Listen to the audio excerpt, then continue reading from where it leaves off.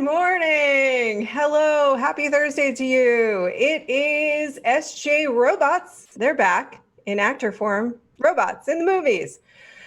We're talking AI that's going to star in a movie. This is a real thing, ladies and gentlemen. And then we're going to get your fan questions. We're very excited about all of it. And it's all in support of direct relief and Black Lives Matter. There are links to support and get involved in the description below. So please go do that.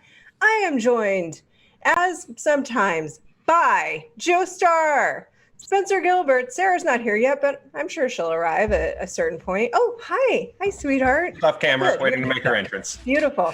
Ryan's there running things behind the scenes with Jonathan Moulton. We'll be checking in with Ryan on your comments about the scary things that we're about to unveil to you, but we'll get through it together, people, because, oh boy.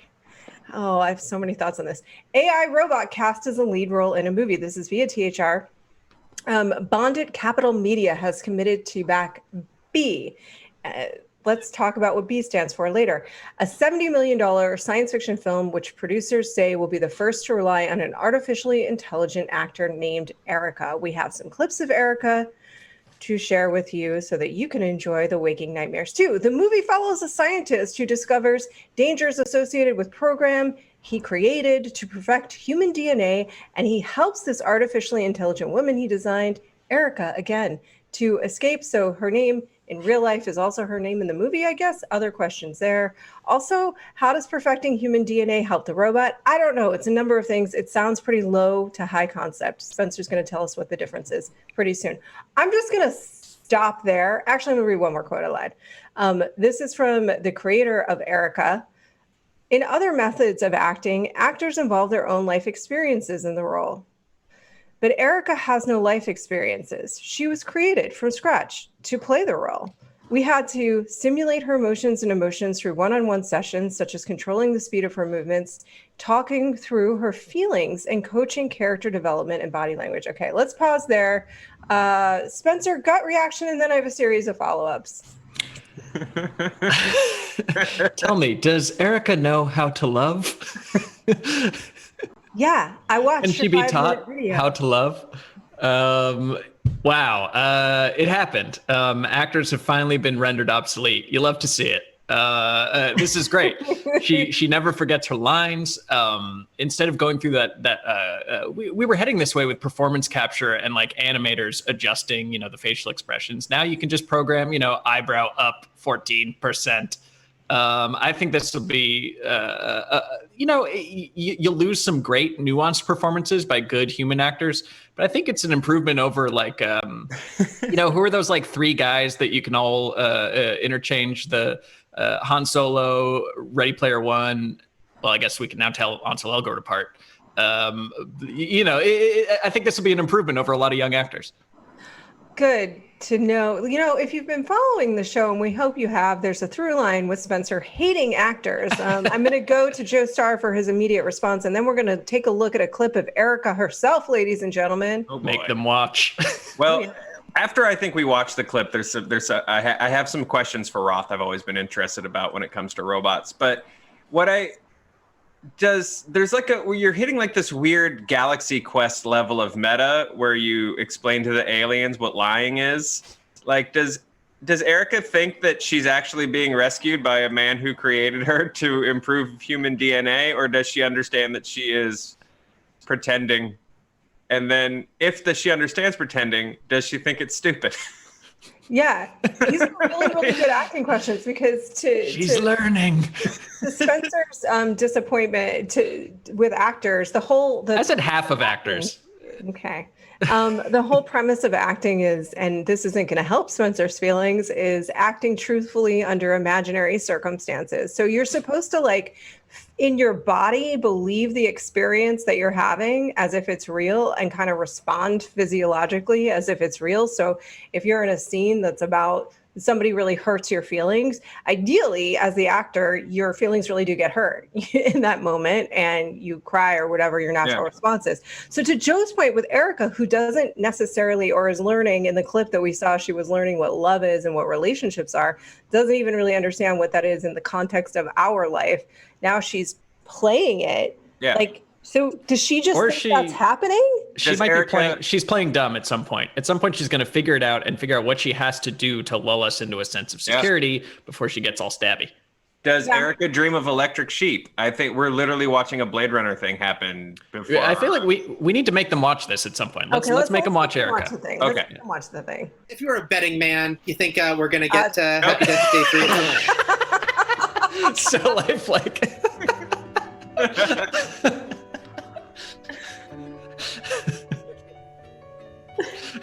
It's okay.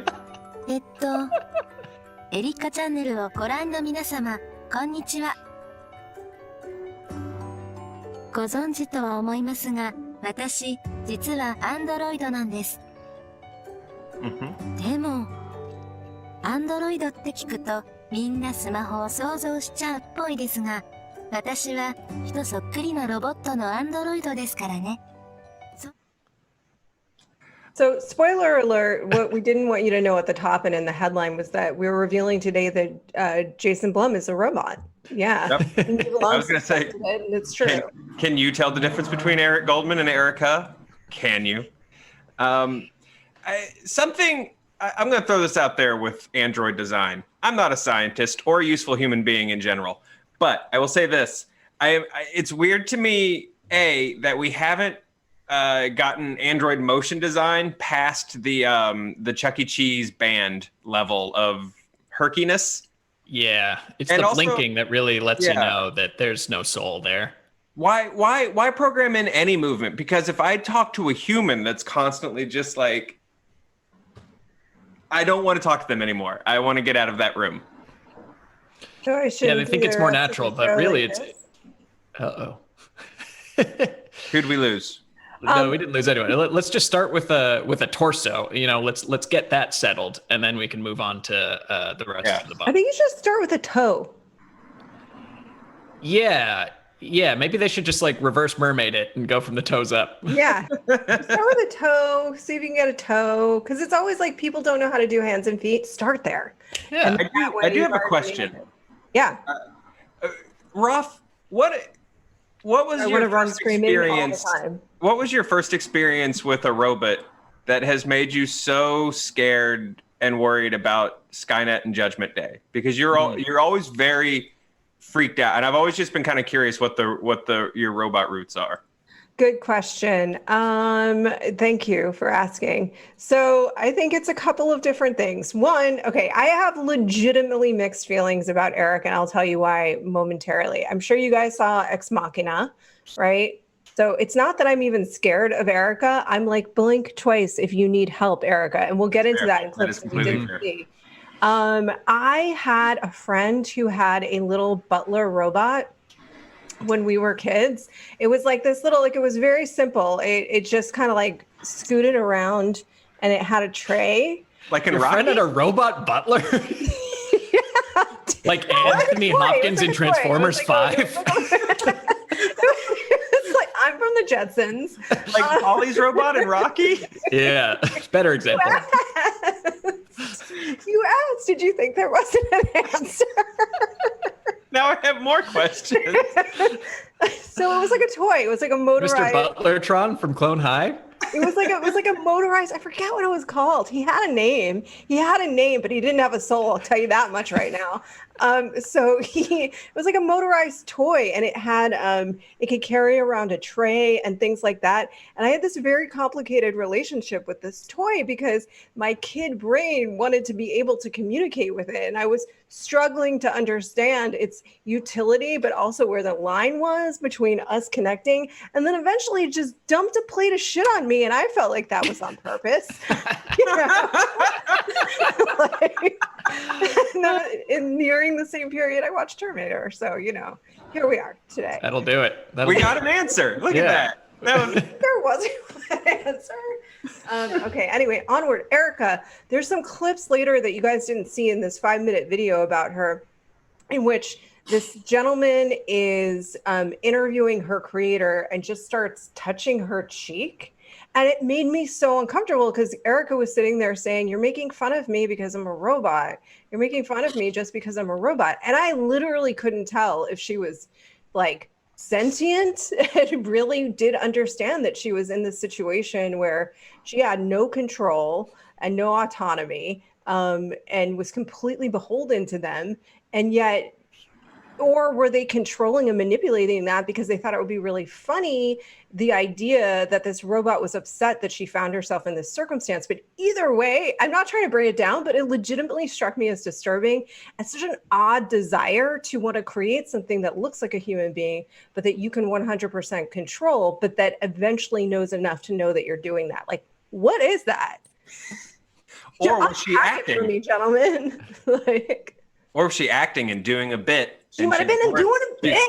She's more advanced than we thought. She's doing yucks. Like, what I'm legitimately asking us, like, A, do we not think that's very upsetting inherently? And then 2, why do people want to do this? Look, not to cast aspersions on the creator of Erika, the sexy robot. Definitely kissed her as much as he denies it.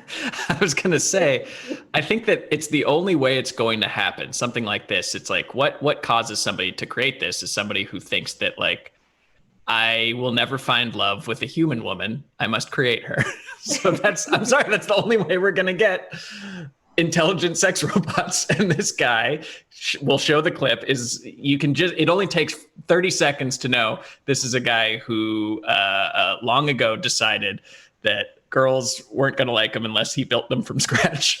So it's like the furthest extension of like Pygmalion or weird science or any of that. But also, so in Ex Machina, you guys remember the scenes with the crazy best dancing scene ever? Yeah. With Oscar Isaac. But it's also like, sure, at the end, is she kind of cold-hearted? She is. Yes. But look at her creator, and look what he's been up to, and what might have brought her to this point. Yeah, that's what makes me nervous about, also the type of people, obviously these are broad generalizations, but that are like most suited to have like the brains capable of creating artificial intelligence might not have the same kind of like emotional intelligence or social graces that they would think to put in there. So it's like we've let a team of people with like their finger 4 knuckles deep into their nose program our super intelligent robots. It's like, can we get someone with a humanities degree in here? Like, it has all the emotional maturity of a reviewer that hates Captain Marvel. Yeah. Well, hey, wait a minute. People can dislike aspects of Captain Marvel legitimately. Thank you, Ryan. Don't get me started on. You know what? Don't get me started. Hey, Ryan, I want to hear from the comments what they make of this. But also, I want to play. If you guys remember, and I think Danielle had quickly remembered it. There was a movie called Simone, starring Al Pacino, where he basically created an AI. There was with Miley Cyrus. There was a Black Mirror episode last season, I think, where basically her manager /relative creates an AI out of her. Because there's also really, to Spencer's point, there is a real desire from directors and people that make movies to control actors, to control the experience. And some of them have gone to great lengths to try and do that. I think we've talked about George Lucas kind of putting facial expressions on human beings. It doesn't work. It's not effective. It's not what we want out of that catharsis. But this is the furthest extension of that idea too. So let's look at Simone. Have these. Well, unreal. And remember, no cameras, no binoculars. Blended isolation tour.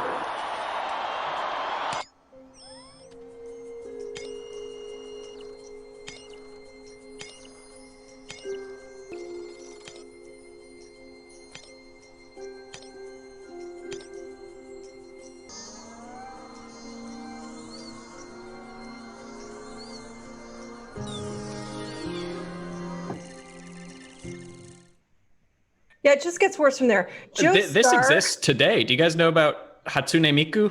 Yeah. Like, she's a hologram pop star. She created Minecraft. She's like people in all over the world like see hologram concerts of her. She's an anime lady. Yeah. It's also weird watching Al Pacino make a Fallout character. That was a weird process. Why do Raider. This is a real question. Why do we have this desire to control external human-like experiences when we can't even control ourselves? Well, there's your answer. Oh. Because we can't control ourselves. But next question, Rob. Start with the toe.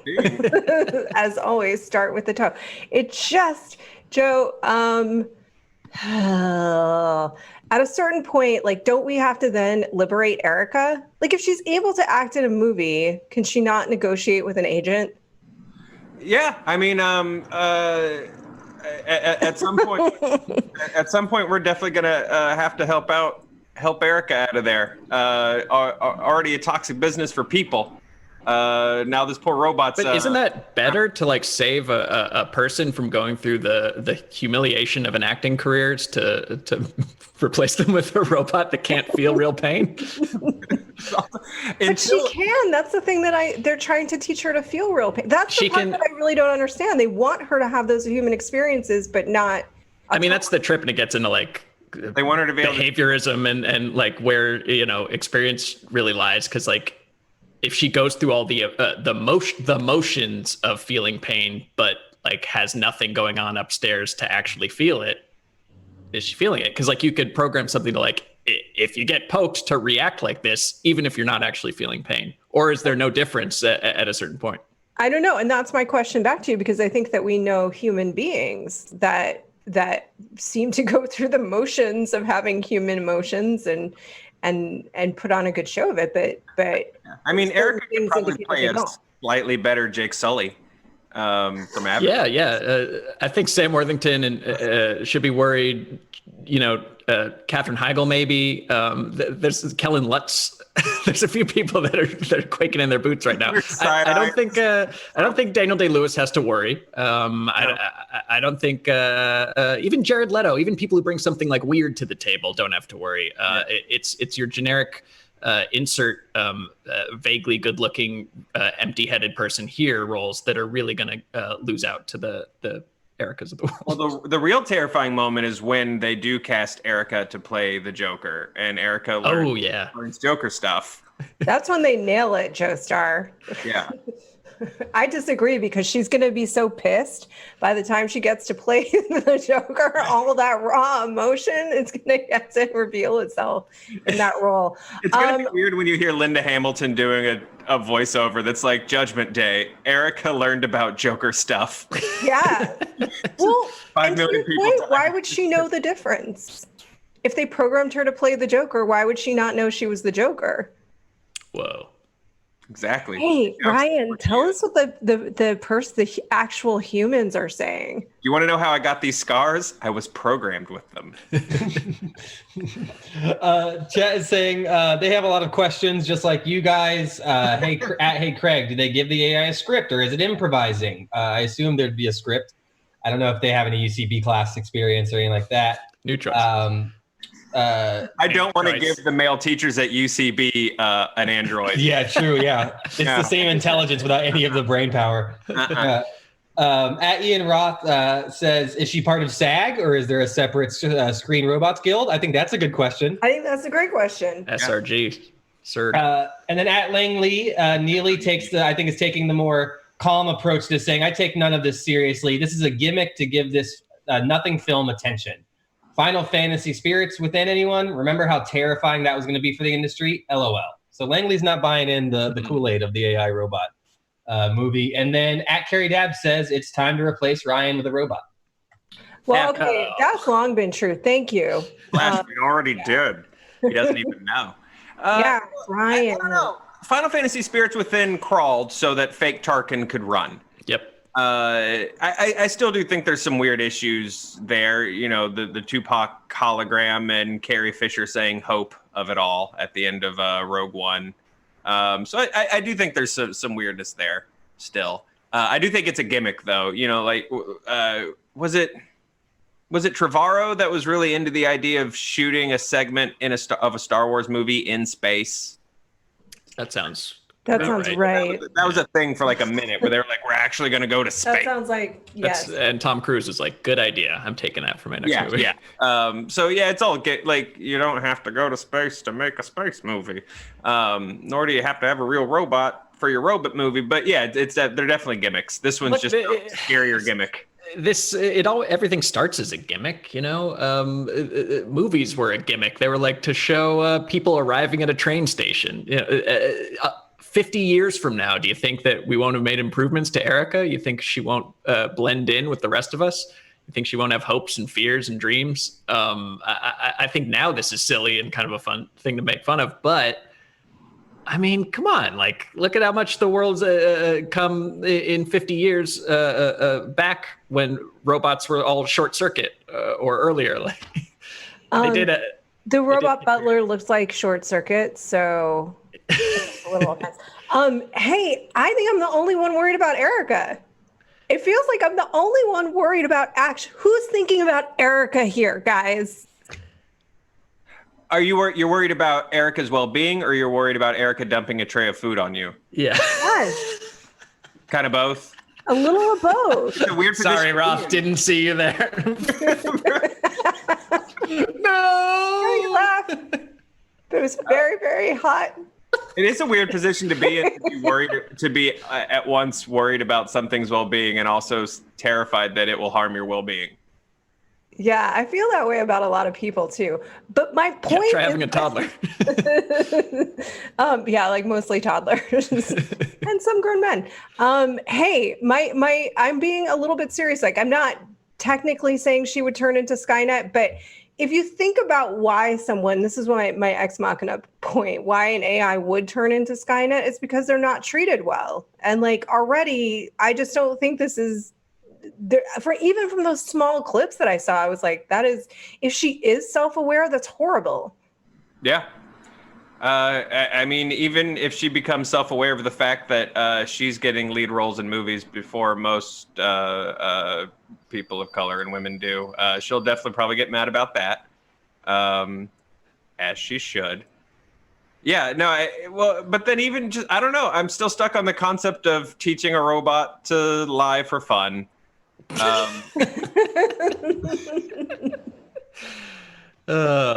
This movie's all right, we're going to move on to some bad questions, but first, Joe Starr is going to thank you for your patronage. I absolutely am. Hey guys, thanks for watching Robot Talk. I'd like to give a shout out to David Pacman for my favorite thumbnail that we've ever made for this show. It is, I don't know if you guys have seen today's SJU thumbnail, but it is off-putting and I love it. We've got another Hey Fandom tomorrow at 3 p.m. with Troy Baker. So gear up your Last of Us questions because this is going to be a really good one. They've all been super, super fun. We have a clip for you from the king of the current reigning king of indie film right now. Let's roll it. If you're a betting man, you think we're going to get Happy Death Day 3 at some point? I would bet we are. I mean, I'm on the case. There's nothing concrete, but I'm very determined to make the movie. Chris is very determined to make the movie, and somehow, some way, we're getting that movie made. Excellent to hear. I loved how audacious the second one was, and it's funny. I was looking at our wiki at Fandom for Happy Death Day, and people have made separate character pages for the 2 dimensions. Are you so cool? You know the nice gentleman who asked about like underrated. You know he was asking about people, but that's you know there are a few movies that I've done that really fall into. You know, just disappointing that the audience really didn't connect to them in the way that I thought that they would have or could have. And that may not be because of the movie. It could have been because of the release date or the marketing or what was happening in the world. Who knows? But that one always sticks in my craw because I just thought Chris Landon did a great job on the first movie and a great job on the second movie. And you know, we would have already had a third movie if that second movie had worked.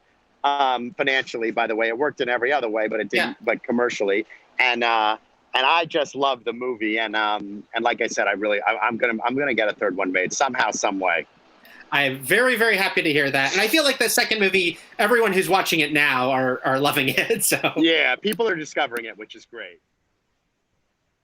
Yeah, so these have been an absolute blast, and props to Eric for shooting his shot and asking his dream question of Jason Blum, will there be a Happy Death Day 3? I gotta watch number 2. That sounds great. Yeah, you know what? I still haven't watched number 2, which screw me, because the first one is awesome. Yeah, the first one's so fun. First one's great. The second one's really, really good. The first 20, you see how great she is because it doesn't lean on her in the first 15 minutes, and it's kind of like not as entertaining. And then she comes in full force, and you're like, God, this woman is awesome. Oh, I love her. Yeah, no, she's so I hope they get to do a third one. She will not be replaced by a robot. If you want, Jessica Roth lives. If you want to watch our full episodes of Hey Fandom, they're over on fandom.com/video.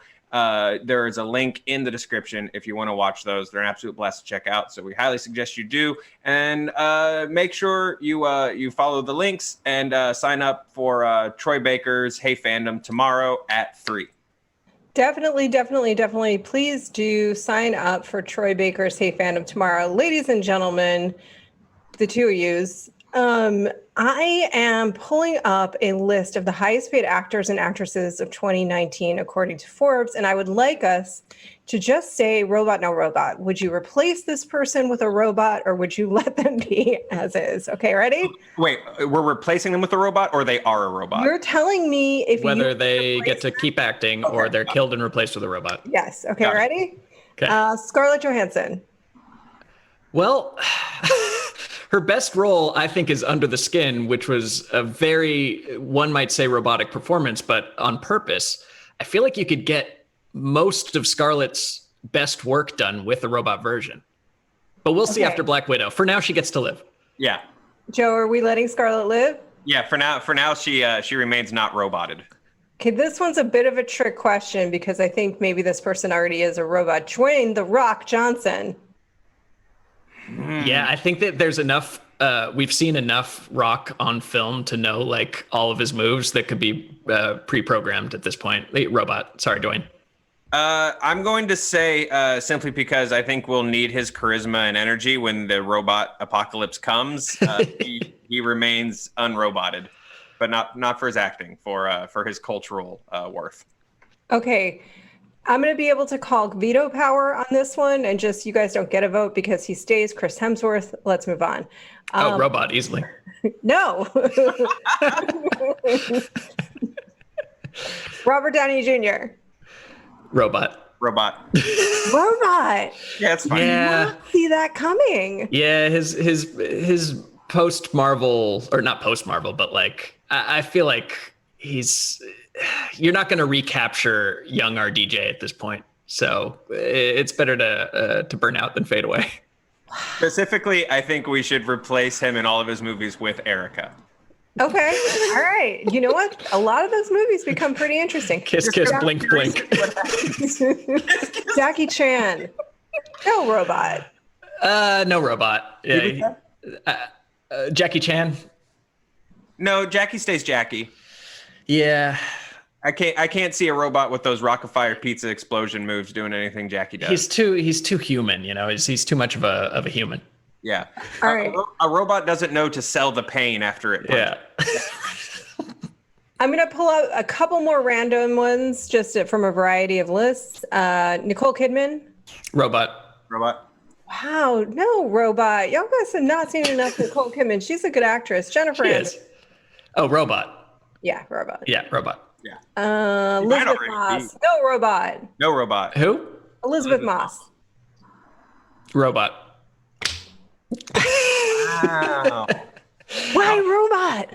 I think that she'd be a good test case because she does so much face acting that I feel like we could really get, you could save money on the lower half and just do the torso and the eyes and like, because every shot of Elizabeth Moss is like framed like this. It's like, no. Hi, I'm in an Elizabeth Moss movie.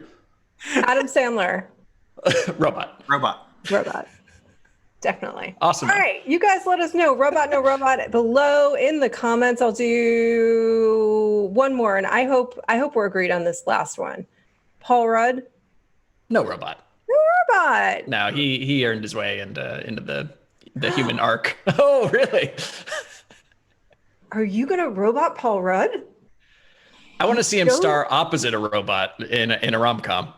Okay, that sways me. I want to see him, do I Love You, Mech. Erika. I love you, Mech.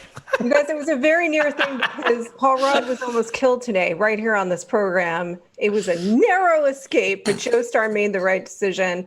You guys let us know in the comments below. Would you make any of us a robot? I assume yes. Yeah. I assume yes. Let's do one fan question. Should we do one fan question? Sure. Okay. This particular fan question is, as I have it right in front of me now, from Freddie Apperly. What is your favorite cooking show, and what would your signature dish be if you were a contestant? Oh, excellent question. I have so many. All time is Iron Chef Japan. Just the best combination of cooking and food and mythos and backstory, and the way they describe every ingredient with this montage. And who was Chairman Kaga anyways? He's this traveling dilettante or a fancy boy who loves to bite into a bell pepper. Like, it was so mysterious. I love that show with every fiber of my being. But as far as what's on right now, I used to be a triple D man, diners, drive-ins and dives, but now I'm a GRK man, Guy's Ranch Kitchen. This is where Guy Fieri brings all of his best bros up to his ranch for a cookout. It's themed. There's a casual competition because Guy is like, that's my favorite dish. But beyond that, it's just like he surrounds himself with actually good chefs. And no shade to Guy Fieri, like he can cook. Allegedly, but he surrounds himself with like amazing chefs who cook up all these great meals at his cool ranch. And that's my favorite one. Cool That's Ranch on TV is not right called now. Cool Ranch. Everything has to have a little bit of Cool Ranch powder on it. He grows his own Cool Ranch. Actually, it's cool. So, what's your signature dish? Oh, signature dish. Come back to me on that. Let me look at my recipes. Okay. Joe Starr, signature dish. I know how to make one thing well, and it's turkey chili, and that's all I know how to do. Because I'm not useful. But I think the only thing I could really think of, my favorite cooking show is obviously not Queer Eye, but I like the idea of Anthony trying to teach me how to do something, and then when they watch the video playback at the end, I just still make turkey chili. I think would be fun. But favorite cooking show, I kind of just love the glee that is Nailed It. Okay. I love just watching everyone do their damnedest to fight the impossible. It's just real fun. So for Anthony though, I love Queer Eye and I love him too, but it's like he has never met an avocado that he did not love. Like every dish it does, Spencer, every dish involves an avocado of some sort. I know. I feel bad for him. Like, he was an actor who liked to cook, and they cast him as the chef. They figured out things to do with him. Like, I feel like now he's while I teach you to cook, I'm also going to get into your stuff with you. So he's now more than just teaching you how to make guac. Like but it's too bad. Like, Jonathan clearly steals the entire show. And then you know who I actually really feel bad for is Bobby, because Bobby is like, let's face it, he's probably like the least charismatic and interesting on camera, but he's building you a house. He's doing the most. Yeah. He's building you a house every week. I don't have time to get into your issues. I need to rebuild your entire house. I'll see you at the end of the episode. Yeah. I don't know are you guys caught up? No. They do a rough job this season hiding the sponsors. Oh no. Normally you're like, is it Home Depot and stuff? Or? Oh no, Tan France is literally like, you're a working woman who needs durable clothes that can get messy, but you still need to look good. And so that's why I'm absolutely taking you to Old Navy. And you're like, what? Oh no. Oh no. And you can tell he's reacting the same way the vampires in What We Do in the Shadows react to eating human food. Yeah, I don't think you can enter an Old Navy without steaming. Oh That's no. tough. Now I want to catch up because I both love and hate really bad product placement. Still a great season, but yeah, they don't. It's not nearly as camo. I got you these pleated khakis with a helpful cargo pocket.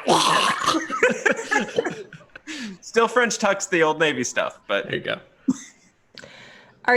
What's your signature dish? Did you land on one? Oh yeah, I've learned to make like a very fancy looking but fairly low effort, like a crispy baked saffron rice. I don't know if you've ever had this at like a Persian restaurant or something. Yes. It's like where it's like jeweled rice where it's like crunchy and then you kind of it's got little dried cherries or something on the top. Yeah. And you break it and it's soft and orange or whatever color saffron is. It's like kind of like an orange yellow. Yeah. Ooh, it's so good. So delicious. So I made that a bunch of times till I like got it right. So I'd say that's now my signature dish. Oh, my friend used to make that. So good. Get nice and crispy in the pot. I'll send you some over, Roth. Huh? I'll send you some over. Please do. I love it. Like I realized recently, because I've been making toast, Making toast. and I like it's just really weird because the other day I was like, God, I love toast. Is that your signature dish? Is hot bread? I think it is. I'm combining this fact with all the times you've had oven problems off camera. Well, here's the thing. I don't have a toaster. Okay, I'm sending you a toaster. And my oven hasn't been working. So this is how I've been making my toast. I take a pot. Oh no. I put the bread in and I let it get nice and crispy and I turn it over and I let it get crispy. It's so that makes good. if it fits. Yeah, it's your We're not pan. sending her a toaster. We're going to send her a cast iron skillet. Yeah. Go full Texas toast, man. There you go. Yeah, not caramelized. It's got that like what's the word I'm looking for? Kind of like the burnt flavor, but just not just toasted. Toasted. Toast. No, but like toast. Okay, I'm just gonna stop talking about toast. It's not the show. Toast is really good. It's simple, but it's so good. Some people think it's complicated. Actually, toast pretty simple.